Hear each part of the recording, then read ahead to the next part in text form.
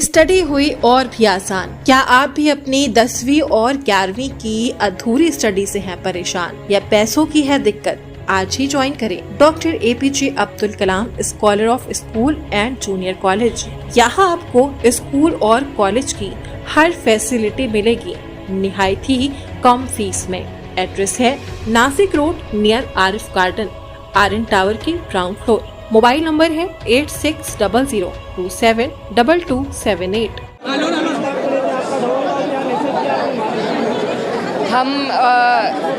हम यहाँ पर शुक्रिया अदा करने आए थे सभी लोगों का और यही संदेश देने आए थे कि जिस तरीके से पार्टी तीसरी सबसे बड़ी पार्टी बनकर हमारे देश में उभरी है, तो अब हमारी कोशिश रहेगी आने वाले चुनाव में भी हम सक्रिय भूमिका निभाएं और अपनी पार्टी को राष्ट्र पार्टी बनाने का काम करें।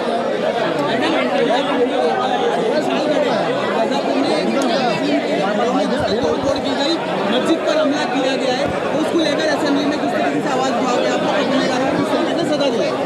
देखिए, ये सबसे पहले तो ये बौखलाहट है, क्योंकि जिस तरीके के परिणाम 2024 में देखने को मिले, भाजपा की राजनीति ख़त्म होती जा रही है और उन्हें सिर्फ एक तरीके की राजनीति करनी आती है, फिरका परस्त और भेदभाव वाली। तो वही उनकी कोशिश है, चाहे कोल्हापुर हो और जिस तरीके से मुजफ्फरनगर में जो ठेली वाले हैं, दुकान वाले हैं, उन्हें अपने नाम की तख्ती लटकाकर अपना परिचय देने को कहा गया है।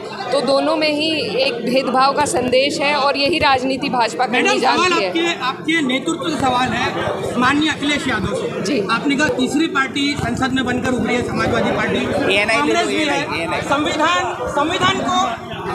संविधान को लहरा कर दुहाई दी जा रही है, लेकिन मॉब लिंचिंग उत्तर प्रदेश में सबसे ज्यादा हो रही है और आहिस्ता आहिस्ता ये सिलसिला महाराष्ट्र तक भी पहुंच रहा है। लेकिन संसद में मुसलमानों का माँ या मॉब लिंचिंग का माँ अब तक सेक्युलर पार्टियों की जबानों से नहीं निकला, क्या वजह है इसकी? ऐसा नहीं है। देखिए, जो अभी तक संसद में जो सदन हुआ है, हम भी उसका हिस्सा रहे हैं और वो सिर्फ शपथ का था और एक अभिभाषण का था, जिसको भी कट शॉर्ट कर दिया गया। तो बहुत सी ऐसी टेक्निकल चीज़ें होती हैं जिसके तहत भाजपा लोगों की आवाज़ों को बंद करने की कोशिश करती है। मणिपुर पर चर्चा नहीं होने दी, तो ऐसे बहुत से मुद्दे हैं जिन पर जानबूझकर चर्चा नहीं होने दी। और क्योंकि हम विपक्ष में हैं, हमने वहाँ पर पूरे वक्त जब प्रधानमंत्री बोले तो प्रदर्शन भी किया। और अब जब सदन शुरू होगा, क्योंकि इस सत्र में ना तो क्वेश्चन आवर था ना ज़ीरो आवर था, लेकिन अब जब सदन शुरू होगा तो क्वेश्चन आवर का भी मौका मिलेगा और ज़ीरो आवर का भी। उस पर ये सारी चर्चाएं होंगी और आवाज़ मजबूती से उठाई जाएगी।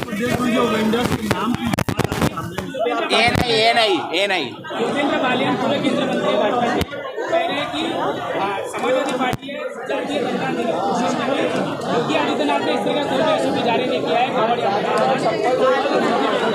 जी, क्या और सब्जी बेचने वालों का जो मामला है, नाम हाँ, ऐसा कहा है कि समाजवादी पार्टी में जातीय जारी नहीं किया। ये CMO से ये इंस्ट्रक्शंस आए हैं और जो प्रशासनिक ऑर्डर हैं ज़िले में, क्योंकि हमारा ज़िला भी वहीं पर लगता है, तो हमें भी जानकारी है कि ये ऊपर से ही संदेश आया गया है कि सबको अपना नाम रखना है। इससे किसकी मदद होगी, क्या ये वजह है, इससे कोई लॉ एंड ऑर्डर में इसकी कोई ज़रूरत नहीं है। अब तक जो लॉ एंड ऑर्डर चलता आ रहा था उसके तहत काम हो सकता था, लेकिन ये सिर्फ चिन्हित कर लोगों को नुकसान पहुँचाने की कोशिश है जो योगी आदित्यनाथ जी कर रहे हैं और इसमें प्रशासन उनके साथ खड़ा है। तो ये बिल्कुल बेबुनियाद है कि इसमें हमारा कोई रोल है। ये ऑर्डर ही CMO की तरफ से आया है, तो इसमें समाजवादी पार्टी का क्या रोल हो सकता है?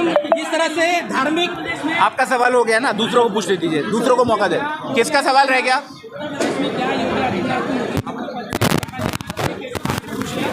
और लोग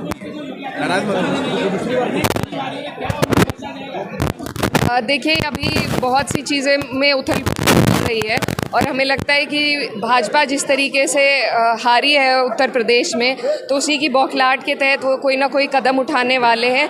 और मैंने बहुत पहले भी कहा था कि लखनऊ और दिल्ली को आपस में एक दूसरे की राजनीति रास नहीं आ रही और उसी के ये रंग देखने को मिल रहे हैं। तो कुछ ना कुछ ज़रूर ऐसी सुगबुगाहट है, लेकिन क्या है उसकी क्लैरिटी हमें नहीं है। मैडम जिस तरह से इलेक्शन था, यूपी असेंबली इलेक्शन पे क्या असर पड़ेगा? बहुत, देखिए, एक ऊर्जा पार्टी को मिली है और एक उम्मीद जगी है।